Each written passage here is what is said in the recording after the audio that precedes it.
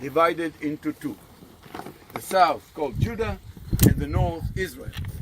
The north was the bigger one, stronger one, and Judah in the north with Jerusalem as its capital. The north one had several centers. One of them was this hill, a palace of the king built in here. You can understand why when you see what you have in here.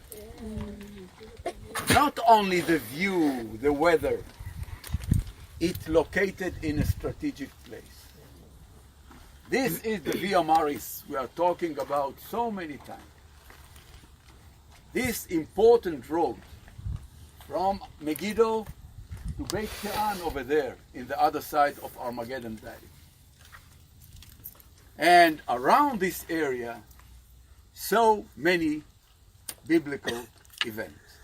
And I want to mention few of them, not all of them, because then we have to skip Jerusalem. We don't have time to go to Jerusalem if we deal with all the events that we can talk about in here. So, this was the hill, the palace. In your imagination, put here the walls of this small town with a palace in there surrounded by walls.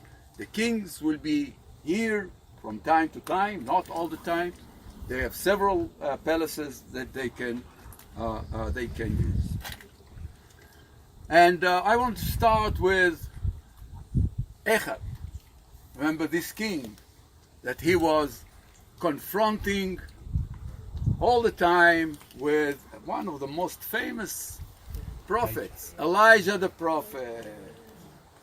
And Elijah was confronting with Ehab in different issues. One of them, maybe one of the most famous. King Ehab was sitting here and he had his own vineyard, probably down there in the valley. He's the king. But next to his vineyard, there is another vineyard. Belonged to somebody called Navot. Navot HaYisraeli means Navot from Yizrael Valley. And, you know, people, they're never satisfied with what they have. They always want more. I have 100, I want 1,000. I have 1,000, I want 1,000,000. I have 1,000,000, I want 10 millions, etc. They are never satisfied. And Ehab, look at this vineyard of Navot, and he wanted too. He was fair. He came to Navot and said, I want to buy your vineyard. I pay you for that. But what Navot said? Sorry, my king. If it's only me, I would sell it to you, but it is our family for generation after generation. I can't sell it. Sorry, the answer is no.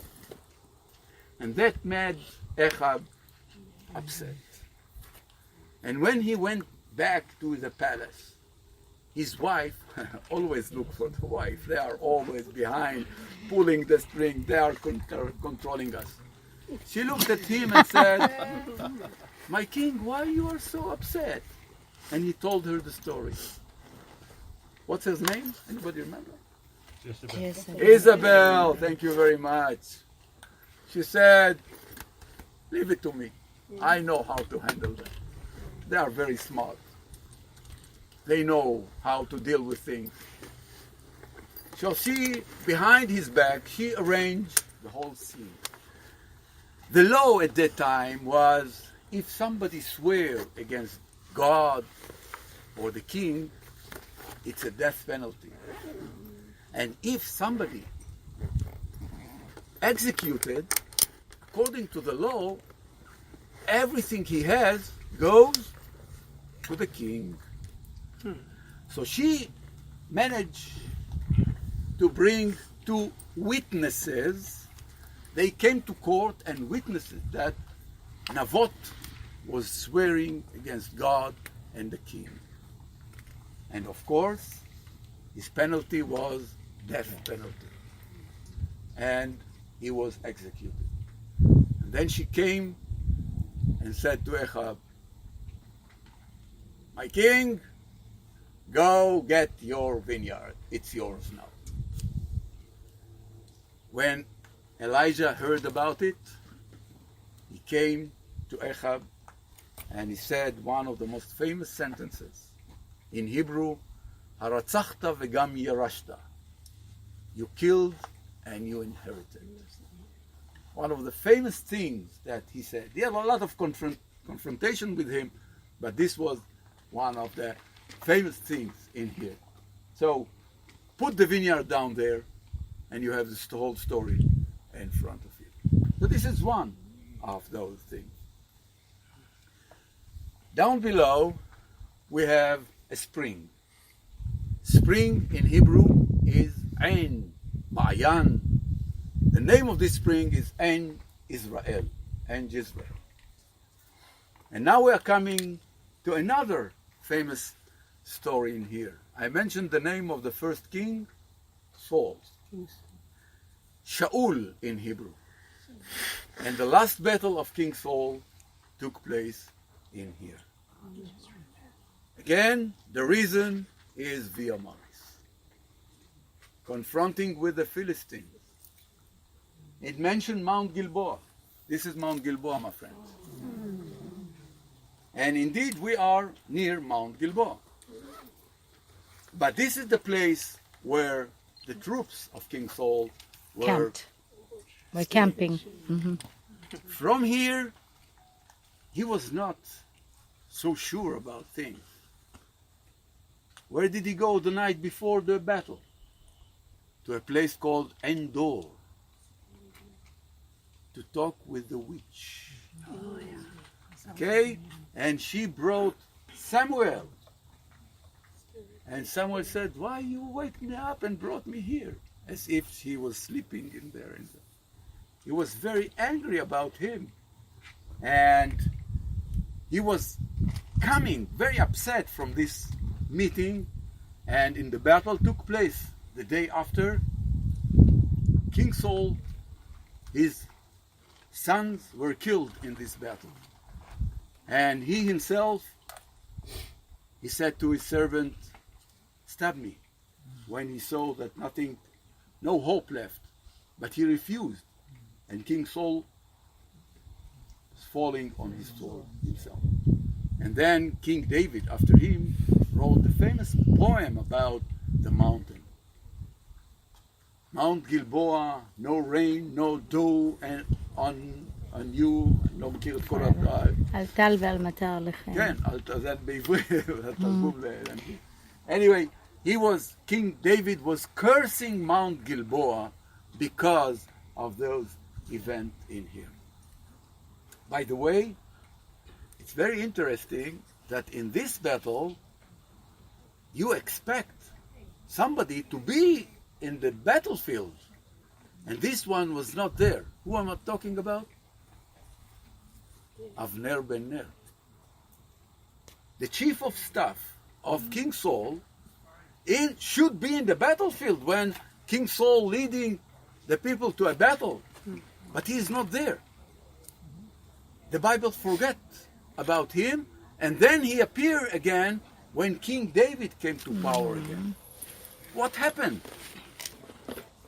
My guess, he left King Saul and moved to King David before the battle. I think so. It never mentioned anywhere because he disappeared from the place you expected him to be. And then he appeared in there. He was killed by Yoav, but this is another story. So we are dealing with the other scene, the battle of King Saul. But which one exactly is the Mount Gilboa? Because the Mount Gilboa the is one a that mountain doesn't have chain. anything. It's not one. the naked one. It's not one peak. And King David says, no dew or rain on the Mount Gilboa because of what happened there. Okay. And indeed, every tree that you see on top of Mount Gilboa is a planted tree. No natural trees grows on Mount Gilboa. Why? Is it because no rain there? There is rain coming there like any other place in this region. But why no trees growing there? Because of the curse. You can take it to the curse, but there is a geological reason. The mountains built of rocks, which is need less one of the minerals that trees need to grow. One mineral, without it, you don't find trees growing. There is another place in the Galilee, the same thing. All totally naked, just hills without any trees. It built from the same rock. You know, the good news is that when a curse is uttered, then even the minerals and everything in nature needs to respond to that word. And so when King David uttered the curse, that word itself caused the change in the minerals.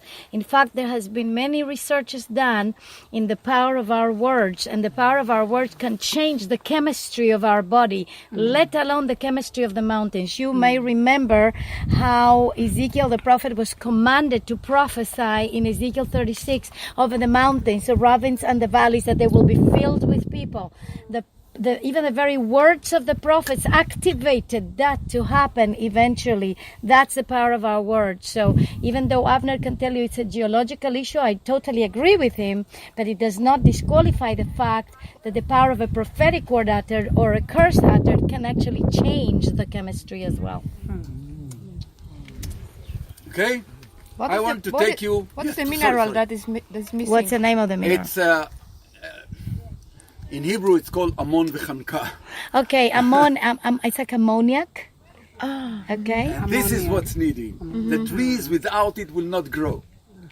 And it's very full with the other mineral, but not this one. This mineral is not there in these rocks, and this is the outcome.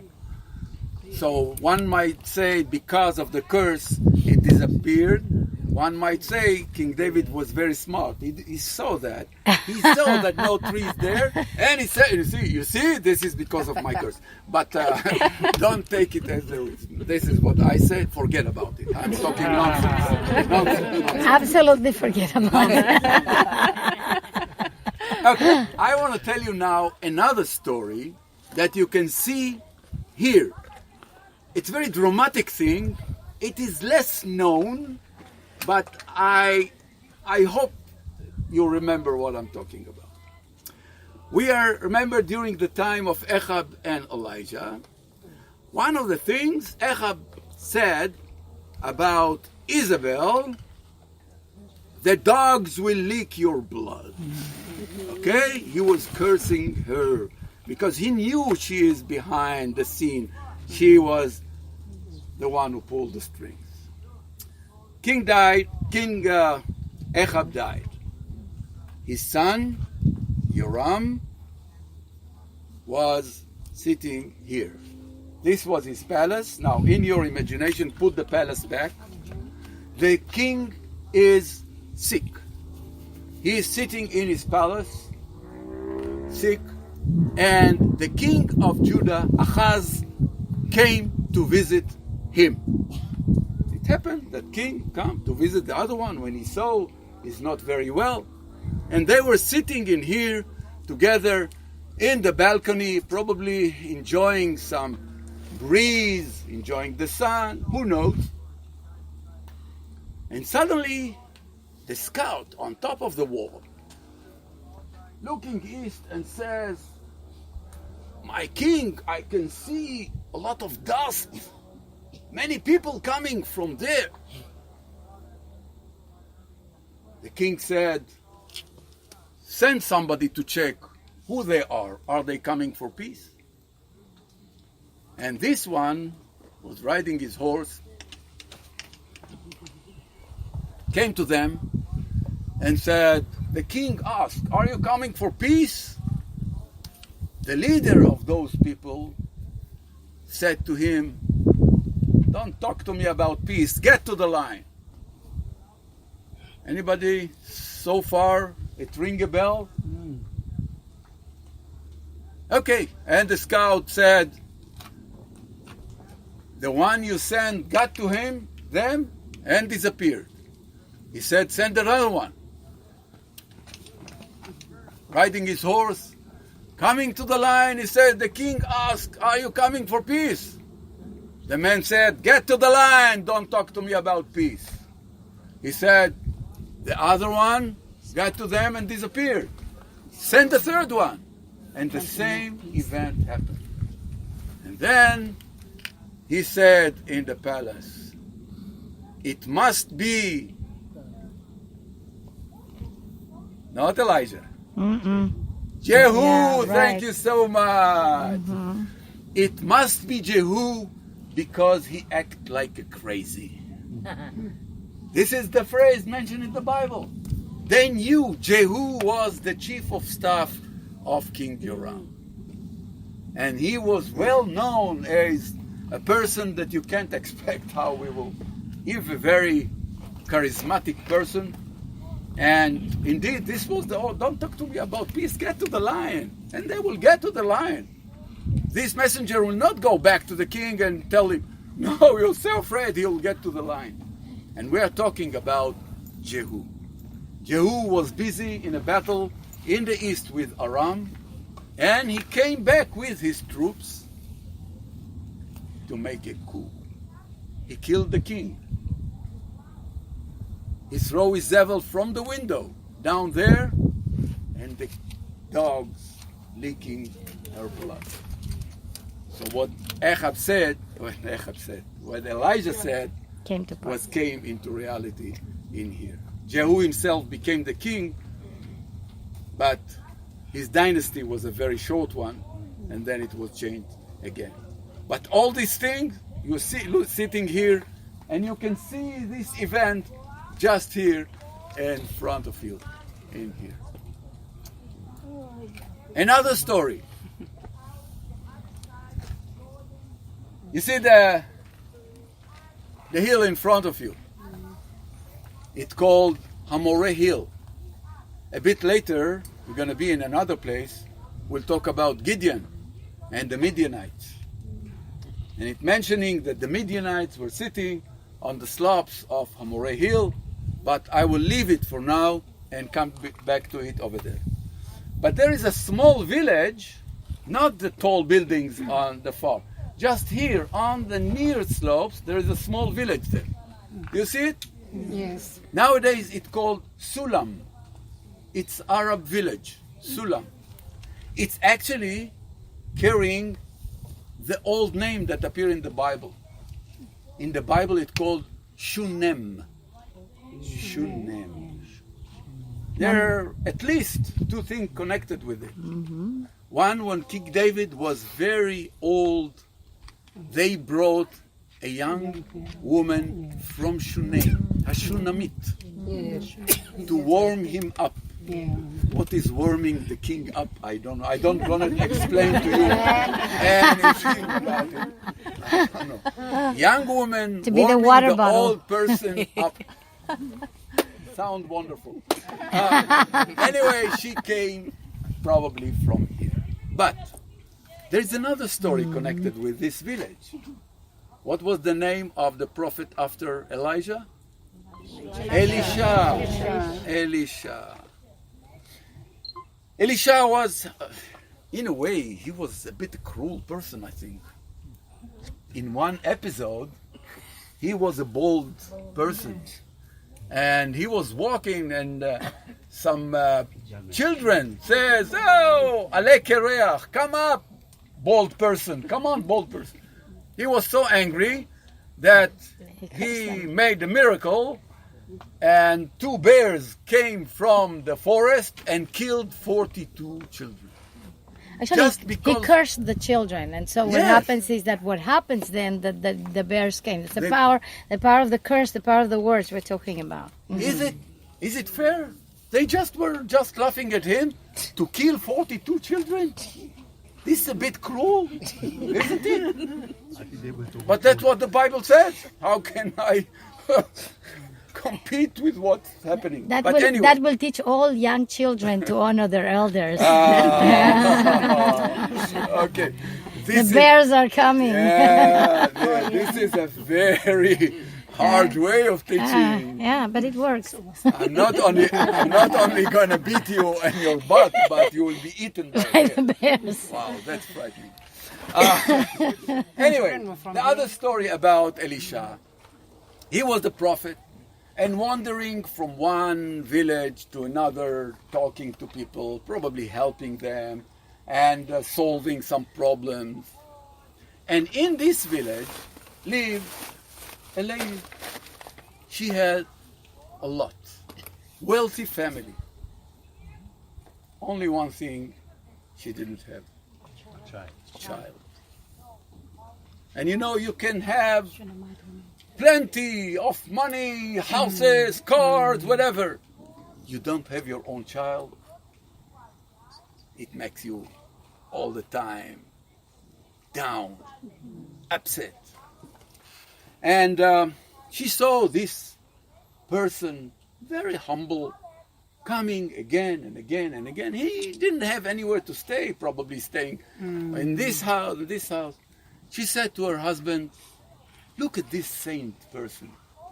Let's help him. Let's build some small room in our house. Whenever he comes, he can stay with us. Why not? Said her husband. And they built this room for Elisha. And whenever he came, he stayed with them. One day he asked, lady, you are so kind to me. What can I do for you?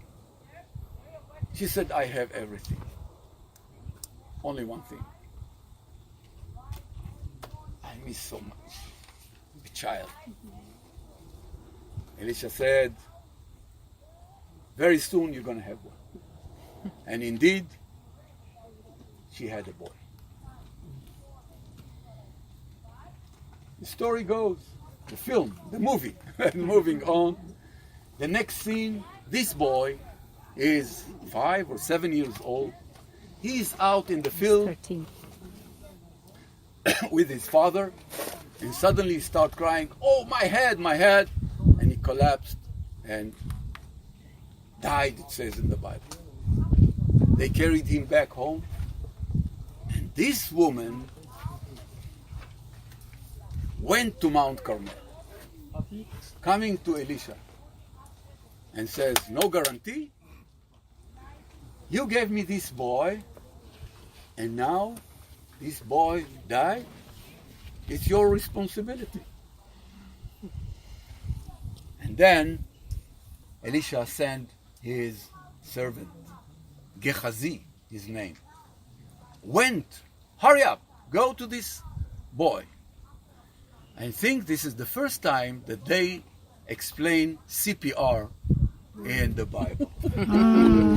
What's written there? He said, go above him, put your mouth on his mouth, your hand on his hand, etc. It means, and probably he was making CPR to the boy. Yeah, the one that made the CPR was Elijah. Gehazi tried to put the stuff on, it didn't work, so Elijah had to come. Elijah. And Elisha. Elisha. Yeah, Elisha. The problem in English between Elisha and Elisha. Yeah. From Yeshua. Elisha. Eli Yeshua. My God is salvation. Elisha. And the boys walked up and he was healthy again. Another story in here. So, my friends, welcome to the Holy Land. The land of the Bible, the land of the stories of the Bible. It's good also to mention what he mentioned about Sulam over there, or ancient Shunem, is that in general, in most of the places in Israel where there's Arab villages, remember that I showed you yesterday the timeline on how long and how many hundreds of years we've had Muslim conquest and different Muslim empires that have come and gone, the 400 years of Turkish rule. And when we talked about it, that means that there is a lot of Arab villages in Israel, right? And every Arab village in Israel, most everyone would have preserved the original biblical name. It's very interesting because they have in the Quran a lot of the stories of the Bible. And so they honor the biblical names that are connected with the biblical stories, and they actually preserve those names as well. And praise Yah for that, because today we can even find archaeology can even base themselves many times in their deductions on what does that Arab village call the village, and then we can trace it back to the original biblical name. I would go even further than that. Islam actually taking everything that was before Muhammad as its own history. Right. All those figures like Moses, like Yeshua, like David, Elijah, all of them considered to be prophets in Islam as well. Of course. The only thing they say, Muhammad is the last prophet. Yeah. No prophet after Muhammad.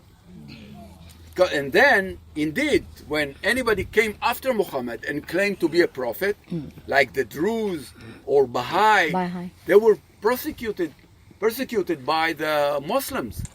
Because if you say you are prophet, you're violating one of the principles of Islam. Because after Muhammad, no more prophets. How dare you say you are a prophet? So all the history about what we are talking here actually accepted by Islam. And many of the villages indeed actually preserving the old names. And sometimes, not always, but sometimes we can use those names. Sometimes in Hebrew names, we take the Arab name, and sometimes we translate it into Hebrew. Sometimes we keep only the sound of the name in Hebrew. But many places in here are using the Arab names of those villages. Amen. Thank you, Avner. Okay. Okay, let's go. Yalla.